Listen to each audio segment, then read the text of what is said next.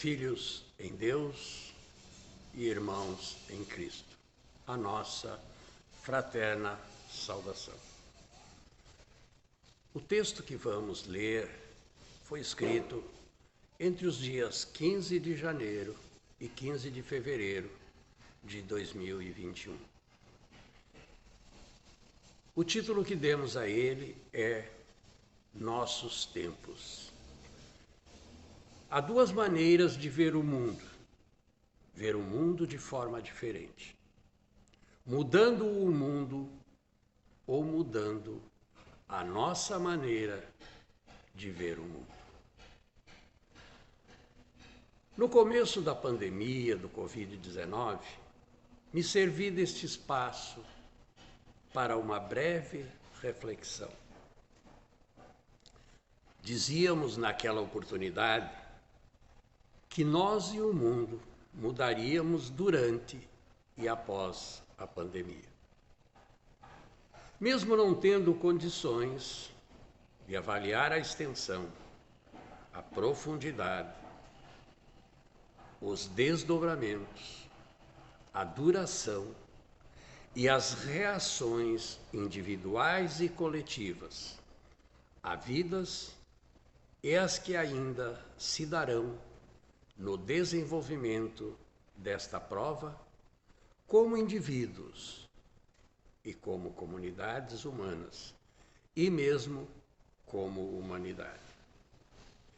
Tínhamos e temos a convicção que a dor provocada seria e é oportunidade ímpar para a nossa evolução, dado o tamanho da prova e as múltiplas formas de enfrentá-la, ainda também de forma individual e coletivamente. Claro que o fim desta batalha ainda está longe. Enquanto isso, temos mais de 2 milhões de baixas em nosso exército humano.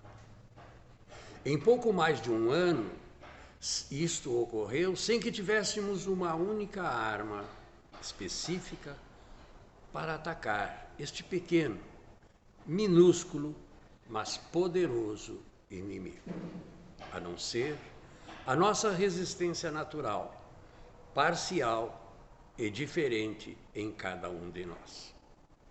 Mas, e sempre há, sempre tem um mas. O ser humano, graças às ciências, dá uma rápida resposta e mais uma vez surpreende, produzindo várias e eficazes vacinas no período recorde de um ano aproximadamente.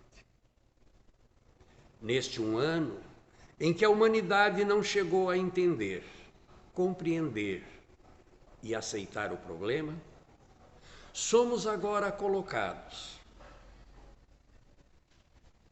frente a frente, diante do desafio de pormos em prática a solução. Nossa postura como humanidade foi muito heterogênea frente ao problema. Talvez porque nunca tivéssemos enfrentado uma pandemia, pelo menos nesta existência. Experimentamos na marra o sentido real do que representa a globalização e de como devemos nos portar e comportar dentro do mundo que criamos. A fase atual está sendo oportuna para uma avaliação individual, autoavaliação, e também coletivamente. E é isto que pretendemos fazer. Em primeiro lugar, vamos analisar as formas de como o ser humano reage à dor. E depois, tentar detalhar cada uma delas em relação ao Covid-19.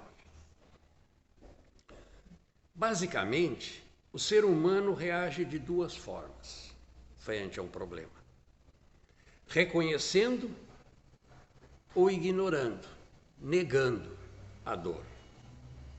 Ainda que, como espíritas, saibamos que com isso estamos apenas adiando o resgate, jogando para a frente o compromisso. Vejamos primeiro quando reconhecemos a existência da dor. Neste caso, também podemos reagir de forma diferente uns dos outros. Há aqueles que se conformam e aceitam passivamente a dor.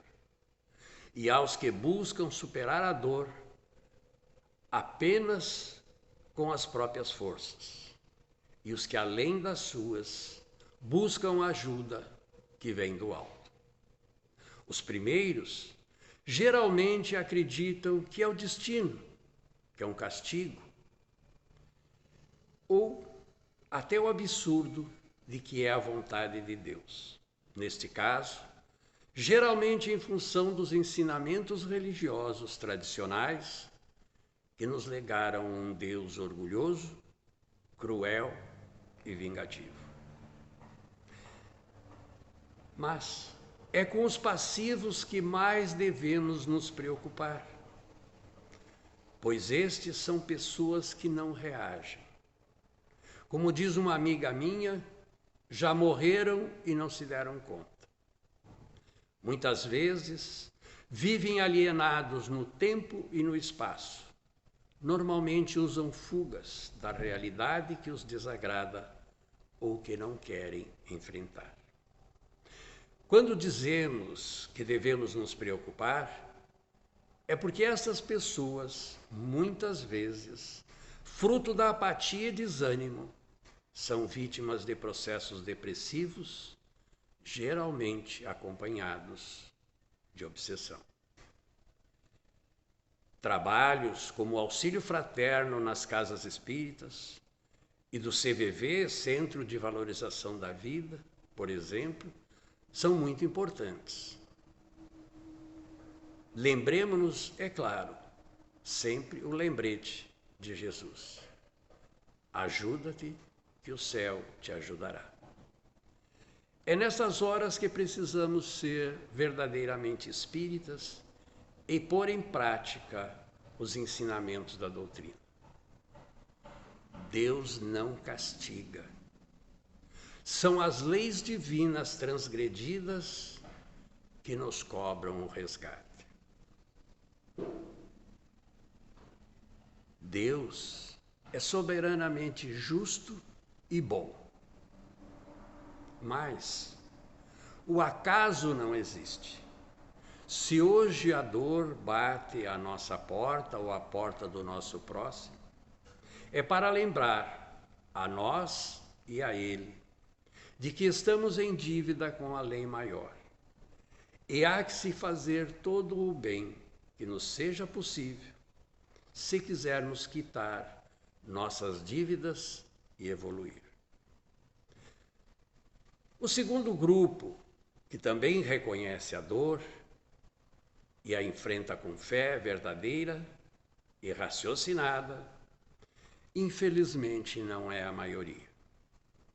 Pois este posicionamento requer um certo grau de amadurecimento espiritual, bom senso e equilíbrio entre o que se diz e o que se faz. Por fim, vamos falar dos que não reconhecem a dor. Aqui também temos perfis de personalidades diversos. Mas todos eles com uma característica em comum: o egoísmo exacerbado, explícito ou implícito. Alguns simplesmente negam a existência da dor. Outros a desprezam. Outros ainda a minimizam. Talvez para se sentirem mais aliviados diante de suas consciências. Começamos nossa conversa falando de mudanças. E é aqui, neste grupo, que encontramos os exemplos maiores melhores e altamente positivos de grandes líderes que foram capazes de mudar, trocando o egoísmo pelo altruísmo. Os exemplos são muitos, mas dois tiveram grande impacto e projeção na mídia mundial, ainda no começo da pandemia. Estamos nos referindo ao primeiro-ministro britânico, Boris Johnson, que tornou-se um modelo de como enfrentar o Covid, sem furar fila ou buscar privilégios, mas com dinamismo e depois conduzir as políticas do Reino Unido com objetivos claros e honestos. O segundo que lembramos é o prefeito da cidade de Milão, Giuseppe Sala, que após desastrosa intempestividade, apoiando a campanha Milão não para, teve a grandeza de reconhecer seu erro e humildemente pedir desculpa à população de sua região e, de forma especial, a todas as famílias que foram fragilizadas com a perda de entes queridos pelo Covid. Alguns, muito raros, mudam por amor. A maioria pela intensidade da dor.